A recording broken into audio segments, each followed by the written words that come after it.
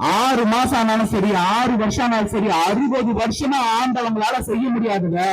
60 நாள்ல எங்க அண்ணன் பண்ண ஒரு 5 விஷயத்த சொல்றேன். உங்களுக்கு மனசு வந்தா, எனக்கு இல்ல, எனக்கு முன்னாடி பேசுனதுக்கெல்லாம் சேர்த்து கேட்டுட்டு வந்த முதல் நாள் அம்மா உணவகத்தை திறந்தாரு.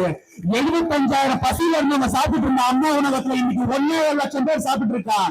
வெறும் சாம்பார் சாதம் இல்ல, கூட்டு பொரியலோட விருந்து வச்சுட்டு இருக்கான். அது எங்க அண்ணனோட இன்னைக்கு வந்த பழக்கம் இல்ல. 33 வருஷமா விலையில்லா விருந்தகத்துல சாப்பாடு போட்டுட்டு இருந்த அந்த பழக்கம் இன்னைக்கு அம்மா உணவகம்னு அப்பையும் பேரை மாத்தல. அது அண்ணன் உணவகம் வச்சுன்னா அழகாதான் இருந்திருக்கும். ஆனா அம்மா உணவகம் சோறு போடுறது அம்மாவோட கையில் ஒரு ஈக இல்லாத தலைவனா இருக்கா பாருங்க. அதுக்கு கட்டுங்க கைய. ஒரு தலைவன் வந்த முதல் நாள் 717 டாஸ்மாக் கடையை மூடுவேன். 2600 பர்மிஷன் இல்லாத பார வீட்டு மூடுவேன். 3000 ரவுடிகளை ரிமைண்ட் பண்ணுவேன். 3 டன்னு கஞ்சாவை அழிப்பேன். 3000 கிலோ போதை மாத்திரையை ஒழிப்பேன். போதை மருந்த விட்டுட்டு இருந்த 800 பேரை தூக்கி உள்ள போடுவேன். ஒரே நாள்ல ஒரு தலைவன் ஆர்டர் போட்டு மாத்த முடியுமா? அந்த தலைவனுக்கு கையை தட்டுங்க. 50 வருஷமா நம்ம ஊர்ல நம்ம நினைச்சிட்டு இருக்கோம் நம்ம எல்லாரும் நல்ல ஒரு மாநிலத்தில் வாழ்ந்துட்டு இருக்கோம். இல்லன்னு இன்னைக்குதான் புரியுது. 50-60 வருஷமா கரண்ட் இல்லாத ஊர்கள் இருக்கு, பட்டா இல்லாத கிராமங்கள் இருக்கு, பஸ் போகாத ஊர்கள் இருக்கு. கோயம்புத்தூர்ல அண்ணா நகர்னு ஒரு பகுதி.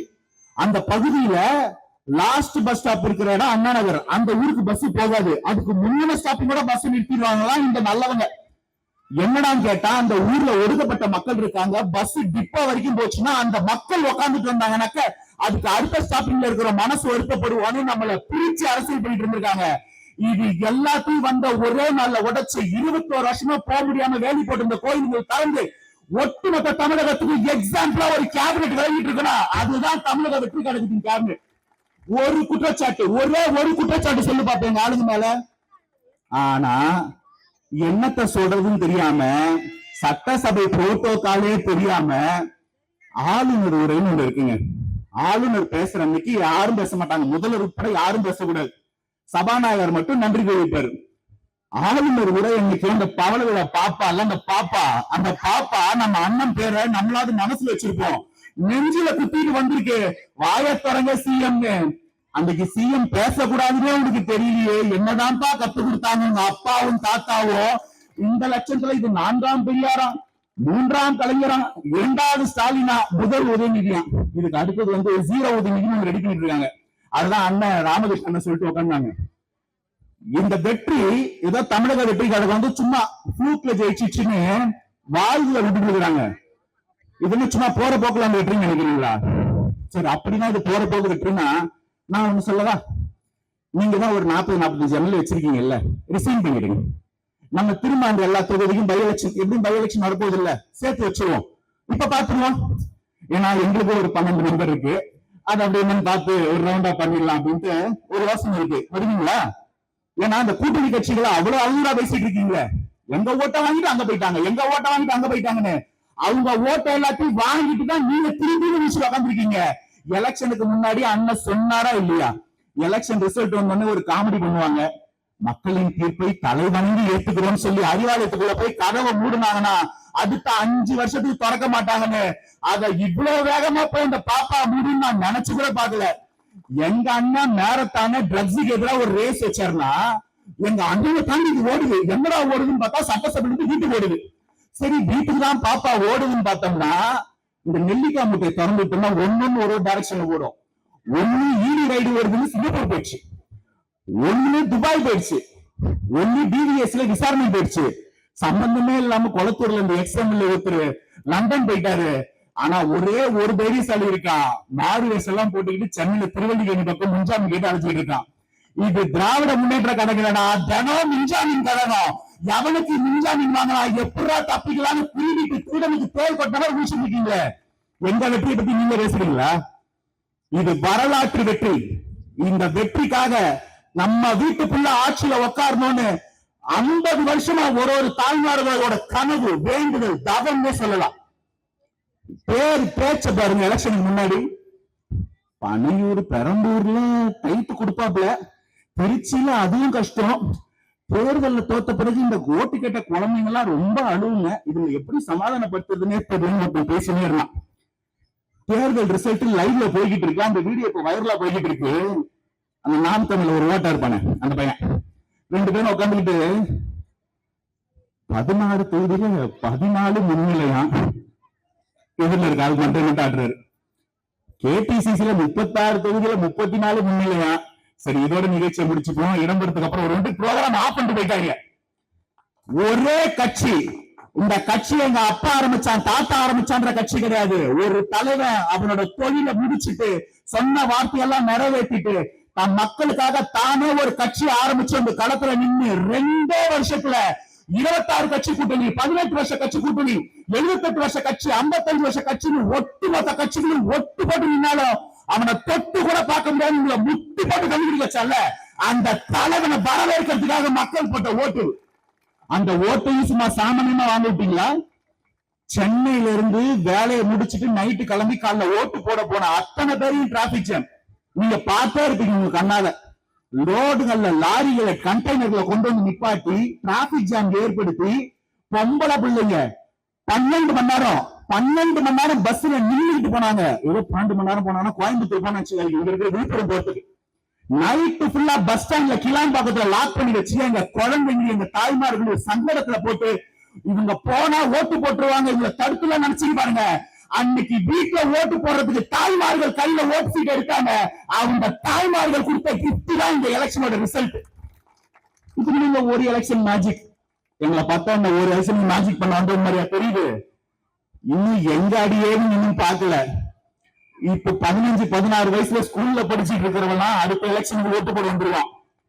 இந்த 5 வயசுல அங்க ஒரு தொகை கை தட்டிட்டு இருக்கான் பாருங்க, அவெல்லாம் அதுக்கு அடுத்த எலெக்ஷன்ல கை தட்டுவான், எலெக்ஷன் ஓட்டு போட வந்துருவான். இன்னும் 30 வருஷம் ஆனாலும் தமிழக வெற்றி கழகத்தை நீங்க தொட்டு கூட பார்க்க முடியாது. தனியால நின்று 1.25 கோடி ஓட்டு இந்த மாதிரி ஒரு வரலாறு திமுக சொல்ல முடியுமா? தனியா நின்று ஒரே ஒரு தேர்தலில் வெற்றி பெற்றுன்னு சொல்ல முடியுமா?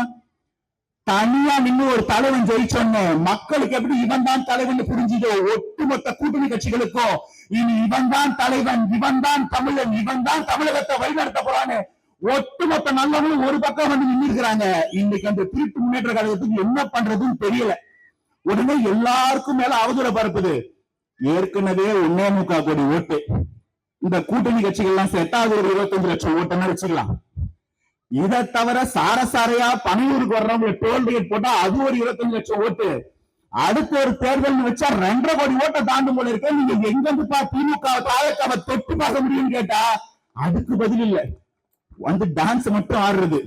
கேள்வி கேட்டீங்கன்னா ஓடு ஓடு ஓடு ஓடு ஓடு ஓடு ஓடு ஓடு வர்றான் பாரு வேட்டக்காரன் அப்படின்னு ஒரு வேட்டக்காரனை பார்த்து ஒட்டு பண்ணி கூட்டமா ஓடிட்டு இருக்க மாதிரி ஓடுறது. இந்த லட்சத்துல இதோட நிப்பாட்டாம அடுத்து காமன் கேண்டிடேட் தான். காமன் கேண்டிடேட் யார்? அந்த காமன் கேண்டிடேட் விசாரிச்சு பார்த்தா 300 வருஷம் அந்த ஆமை ஒண்ணு இருக்கு. அந்த ஆமையை கடுக்க போட்டு போட் ஓட்டின மாதிரி ஒருத்தர் இருப்பாப்ல. அவரு ஜீவி இதெல்லாம் போட்டு தலைவன் அடுத்த ரெண்டு ரெடி ஆயிட்டு இருக்கான். ஏற்கனவே 8 நாள் ஆயிடுச்சு. இன்னைக்கு ஒருத்தர் மாநாடு நடத்திட்டு இருக்கிறாரு. அவர் பேரு கூட நம்ம சொல்ல வேண்டாம், நமக்கு ஒரு கிண்ட பஞ்சாயத்து. அவர் வந்து அந்த 4 2 இருக்குது. அவர் என்னமோ மாநாடுன்னு பேர் வச்சாரு. பார்த்தா நம்ம அண்ணன் வைக்கிற நலத்திட்ட உதவி கூட்டத்தோட கம்மியா தான் இருக்கு.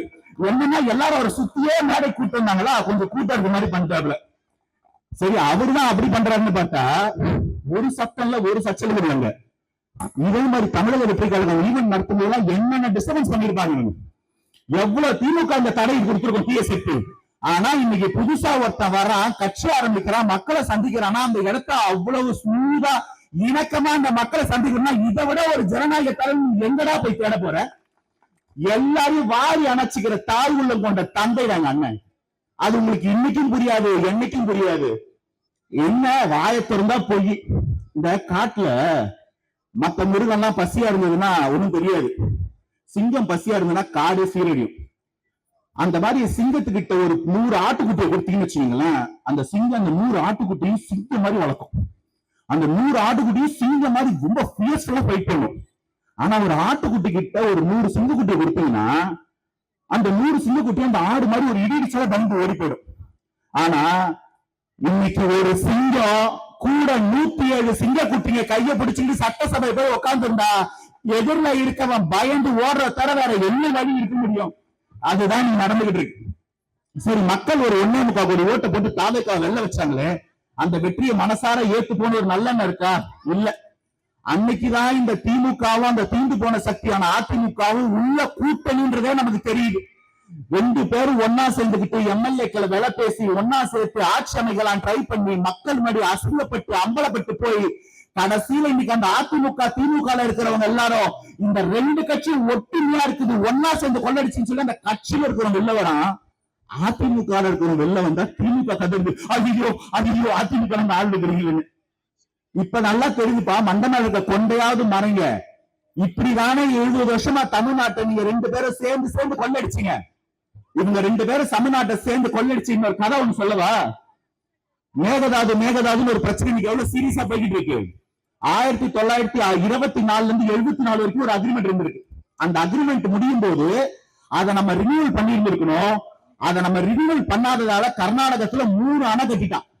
அந்த 3 அணை கட்டினதால தான் தமிழகம் வறண்டு போக ஆரம்பிச்சது, விவசாயம் பாதிக்க ஆரம்பிச்சது. அந்த 3 அணையை கட்டுறதுக்கு அன்னைக்கு ஆட்சியில இருந்தவங்க தடுத்து இருக்கணும். 1970 கலைஞர் கருணாநிதி ஆட்சியில இருக்கிறாரு, சுப்ரீம் கோர்ட்ல ஒரு கேஸ போடுறாரு. கர்நாடகால இருந்த இந்திரா காங்கிரஸ் கூட கூட்டணி வைக்கின்ற ஒரே காரணத்துக்காக அந்த கேஸ வாபஸ் வாங்கிட்டு 75 வரைக்கும் எந்த கேஸும் போடாம இழுத்து, அதுக்கப்புறம் 86 வரைக்கும் கோர்ட்டு பக்கமே போகாம தடுத்து அந்த எல்லா 3 அணையும் கட்டுறதுக்கு என்ன வழி பண்ணி விட்டாங்க. அதனாலதான் இன்னைக்கு அந்த இடம் பாதிக்கப்பட்டிருக்கு. இன்னைக்கு அதுக்கு ராசுமணன் ஒரு தீர்வு ஒரு இன்ஜினியர் சொல்றாரு, அதை எடுத்து தாவேக்கா பேசுதுன்னு பதட்டத்துல திமுக இஷ்டத்துக்கு போய் பரப்பிக்கிட்டு வதந்திய பரப்பிக்கிட்டு இருக்காங்க. ஆனா எழுதி வச்சுக்கோங்க, காவிரி அணையை கட்டுறதுக்கு அன்னைக்கு ஒரு ராஜராஜ சோழனோ அவனுக்கு முன்னாடி ஒரு கரிகால் சோழனோ வந்த மாதிரி இன்னைக்கு தமிழ்நாட்டோட நீர்நிலைகளை மீட்கவும் காக்கவும் விவசாயிகள் குடிய காக்கவும் வந்திருக்கவர் தான் இந்த சி ஜோசப் விஜய். வரலாற்றுல அவர் பேரை நீங்க தொட்டு கூட பார்க்க முடியாது. பொண்ணு எழுத்துக்காக எழுதி வச்சுட்டு போகல.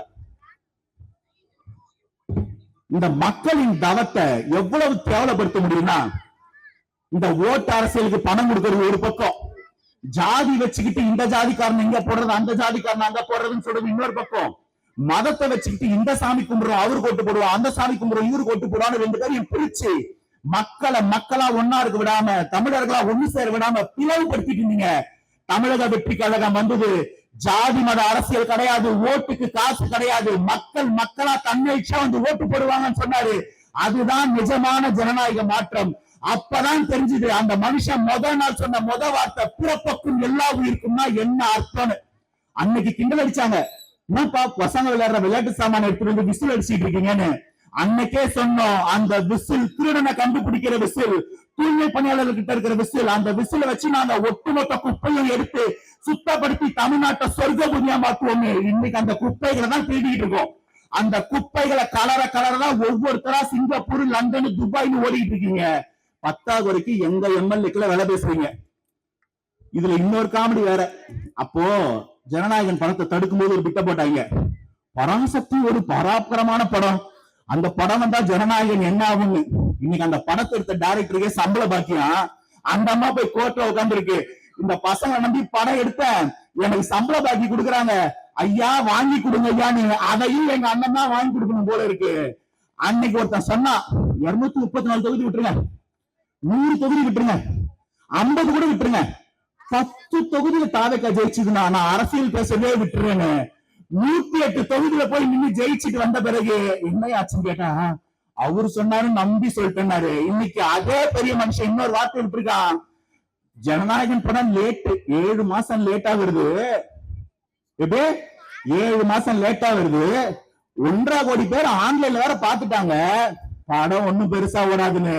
இன்னைக்கு சொல்ற அடுத்த சேலஞ்சு, 26 எலெக்ஷன் முன்னாடியே சொன்னா 26 வருஷம் எங்கிது, கலெக்ஷன் நாங்கதான், எலெக்ஷன் நாங்கதான், ஜனநாயகன் 500 கோடி அடிக்குது, எழுதி வச்சுக்கோ. இது எங்களுக்கு படம் இல்ல, இமோஷன். எங்க அண்ணனுடைய ஃபேர்வெல் படம், அவருக்கு நாங்க எவ்வளவு மரியாதை வச்சிருக்கோன்றத காட்டுவோம்.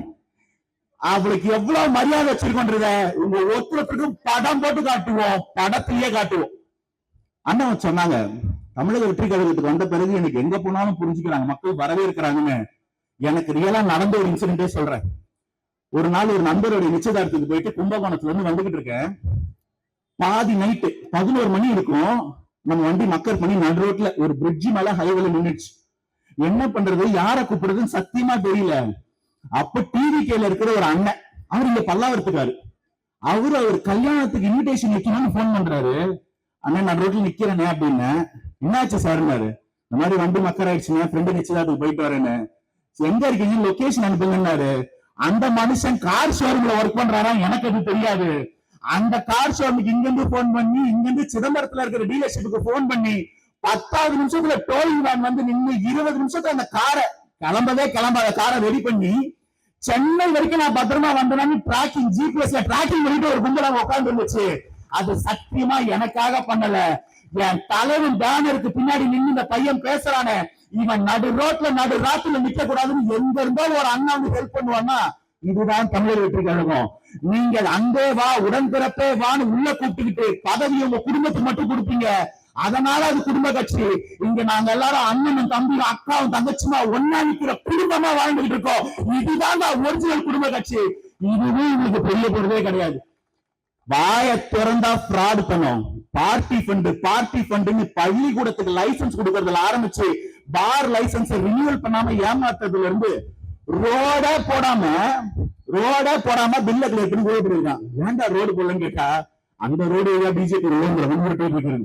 இப்படி பிஜேபி உள்ள வந்துடும் தமிழகத்துக்கு ஒரு வளர்ச்சி கொடுக்காம தமிழகத்தை சுரண்டி லட்சம் கோடி திருடி வச்சிருக்கீங்க. அதையும் நான் சொல்லப்பா, உங்களுடைய முன்னாள் நிதி அமைச்சர் சொன்னதுதான் எடுத்து சொல்றேன். இன்னைக்கு அந்த எல்லா ஊழல் ஃபைல்ஸையும் எடுத்து தட்டி ஒரு தலைவை எடுத்து வைக்கிறான். இன்னைக்கு புலம்புறீங்க. சர்க்கார் படத்துல சொன்ன மாதிரி அந்த பேனரை கிழிப்புன்னு சொன்னாரு. மொத்தமா நம்ம குளத்தூரை கிழிச்சு போட்டாரு. இன்னைக்கு அதே மாதிரி எல்லா ஃபைல்ஸும் திருடுவாரு போல. எடுத்து பார்த்தா திருடணும் எல்லாரும் உள்ள போட்டுருவாரோன்ற ஒரு பயத்துல ஒட்டுமொத்த அறிவாலயத்தை அடிமைகளும் பயத்துல உட்காந்துருக்காங்க. ஒரே ஒரு வார்த்தை சொல்றத பத்தி, யாரோ 10 பேர் அடிச்சு சிஎம் ஆனவங்க அண்ணன். எங்க அண்ணா அடிச்சுதான் இவங்க சிஎம். அப்படி அடிச்சு தூக்கி போட்டு வந்து உட்காந்து சிஎம் உட்காந்தா இங்க உட்காந்துக்கிட்டு ஒப்பாரி வச்சுட்டு இருக்கீங்க. அது திமுகவா ஓமுகவான்னு தெரியல. எங்க அண்ணன் லைலாமணி சொன்ன மாதிரி அது ஒப்பாரி மீட்டர் கலன்னா.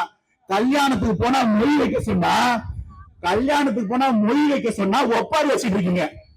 அவர் மறந்துட்டார் போல. இப்ப இந்த பாயிண்ட் எடுத்து சொல்லுமா, ஆடி மாசத்துக்கு போனா எங்க போய் கேட்டாங்க போதுமா, கை தட்டாங்க போதுமா, அவங்கதான் தட்ட மாட்டாங்களே. அந்த மாதிரி எங்க போனாலும் திருடி ஊழல் பண்ணி கண்டிஷன் பெயில வந்த தீவிரவாதி மாதிரி மூஞ்சி வச்சுக்கிட்டு ஒரு முன்னாள் அமைச்சருக்கு லுக் அவுட் நோட்டீஸ் வாங்குற அளவுக்கு அசிங்கப்பட்டு நிக்கிறீங்கன்னா திரும்ப நீங்க ஆட்சிக்கு வர முடியுன்ற கனவு கூட கற்பனை கூட வேணாதீங்க. ஒழுங்கா திருடுனது அந்த நல்லவர்கிட்ட ஒப்படைச்சிட்டு போய் உள்ள இருந்தீங்கன்னா நல்லவங்களா திரும்பியாவது வரலாம். இன்னும் மறைக்கிறதுக்கும் ஒழிக்கிறதுக்கும் ட்ரை பண்ணீங்கன்னா சத்தியமா சொல்றேன் விட்டு வைக்க மாட்டாப்புல. பார்க்கதான் சாஃப்ட், அண்ணன் உள்ள ரொம்ப ரஃப். லாஸ்டா ஒரு வார்த்தை சொல்றேன், யார் ஒருத்தனை பார்க்கும் போது ஒட்டுமொத்த நல்லவங்க முகத்துல சிரிக்கும், வயிற்றுல பாலை வத்த மாதிரி இருக்கும், அவன் நல்லவன். அந்த நல்லவன் பேரை கேட்டாலே கெட்டவங்களுக்கு அடி வயிற்றுல புளிய கரைச்சா அந்த நல்லவன் வல்லவன். அந்த வல்லவனை வீழ்த்துறதுக்கு நீங்க ஒட்டுமொத்த தீய சக்தியும் ஒட்டு போட்டு நின்னாலும் அந்த வல்லவனை நீங்க தொட்டு கூட பார்க்க முடியாது. அவன் தான் தலைவன், தமிழக வெற்றி கழகத்தின் முதல்வர், நிரந்தர தமிழக முதல்வர் எங்கள் அண்ணன் சி ஜோசப் விஜய். இது வெறும் ட்ரைலர் தான். எழுதி வச்சுக்கோங்க, இது வெறும் ட்ரைலர் தான். இன்னும் 30-35 வருஷத்துக்கு இந்த தமிழ்நாட்டை பாதுகாத்து கொண்டு போறாப்புல. இது இதோடையும் நிக்க போறது இல்ல. ஒட்டுமொத்த இந்தியாவும் இந்த தலைவனை நோக்கி கயர் நீக்கி காத்து இருக்குது. தமிழ் பேசுற நமக்கு தான் ஒரு தளபதி விஜய், தமிழ் தெரியாத ஒட்டுமொத்த பேரா ஒரு விஜய் தளபதினு பேனர் வச்சு அந்த ஃபயருக்கு சுத்திட்டு இருக்கான். இன்னைக்கே திரும்ப நீட்டான். மோடி வேணுமா, விஜய் தளபதி வேணுமா?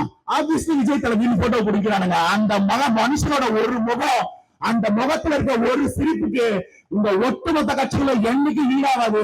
கான்பிடென்டா இருங்க. நல்லா இருப்போம், என்னைக்கு நல்லா இருப்போம். மீண்டும் இன்னொரு வாய்ப்பு சந்திப்போம். நன்றி, வணக்கம்.